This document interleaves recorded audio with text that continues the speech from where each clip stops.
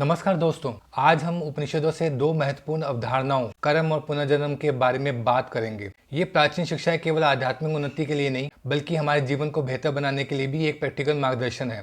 चलिए पहले कर्म के बारे में समझते हैं। सरल शब्दों में कर्म का मतलब है क्रिया या एक्शन। उपनिषदों में कर्म को कारण और परिणाम के नियम के रूप में समझाया गया है। ऐसा माना जाता है दोस्तों कि हमारी क्रिया चाहे अच्छी हो या बुरी, उसका एक परिणाम होता है जो हमारे इस जीवन में या अगले जीवन में दिखाई देता है। इसे इस तरह समझे कि हर एक क्रिया जो आप करते हैं एक बीज की तरह होती है। अगर आप दया, सहानुभूति या ईमानदारी का बीज बोते हैं तो यह अंत में कुछ अच्छा उगाएगा जो आपके जीवन में खुशी और शांति लाएगा। लेकिन दूसरी ओर अगर आप घृणा, गुस्सा या स्वार्थ का बीज बोते हैं तो यह दुख और कष्ट में बदल जाएगा जो आप और दूसरों दोनों के लिए हानिकारक होगा। लेकिन कर्म केवल क्रियाओं तक सीमित नहीं है, यह हमारे इरादों पर भी निर्भर करता है। उपनिषदों में यह भी सिखाया गया है कि हमारे कर्मों का गुण भी उतना ही महत्वपूर्ण है। एक अच्छा कार्य जो एक शुद्ध मन के साथ किया जाता है हमारी आध्यात्मिक प्रगति में मदद करता है, जबकि कोई भी ऐसी क्रिया जो बाहरी रूप से अच्छी दिखाई देती है वह यदि स्वार्थी इरादों से की जाए, यानी कि स्वार्थी इंटेंशन से की जाए, तो हमें संसार के बंधनों में बांध सकती है। अब हम पुनर्जन्म के सिद्धांत को समझते हैं। उपनिषदों में पुनर्जन्म या संसार जन्म, मृत्यु और पुनर्जन्म के अनंत चक्र को दर्शाता है।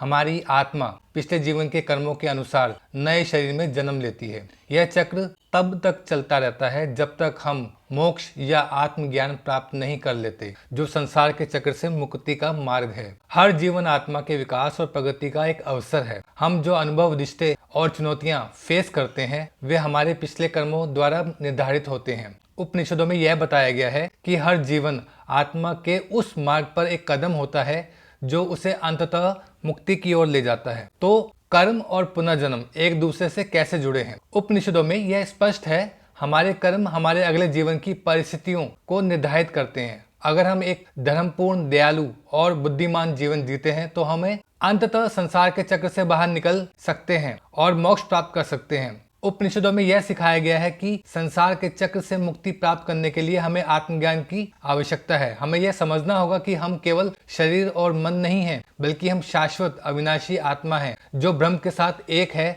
जो कि सर्वव्यापी चेतना है। यही आत्मज्ञान हमें संसार के बंधनों से मुक्त करता है। ध्यान, आत्मचिंतन और वैराग्य के माध्यम से हम अपने मन को शुद्ध कर सकते हैं और सांसारिक इच्छाओं से मुक्ति पा सकते हैं। जब हम अपने कार्यों को धर्म के अनुसार करते हैं तो हम अच्छे कर्म जमा करते हैं और अंततः हम संसार के चक्र से बाहर निकल सकते हैं। सारांश में दोस्तों, कर्म और पुनर्जन्म उपनिषदों में गहरे तरीके से जुड़े हुए हैं। यदि हम जागरूकता, दया और बुद्धिमत्ता के साथ जीते हैं तो हम पुनर्जन्म के चक्र से मुक्त हो सकते हैं और मोक्ष प्राप्त कर सकते हैं। याद रखें, आपके आज के कर्म आपके आने वाले कल को आकार देते हैं। इसलिए हम सभी को हर पल को अर्थपूर्ण और अपने सर्वोत्तम उद्देश्य के अनुरूप जीने की कोशिश करनी चाहिए।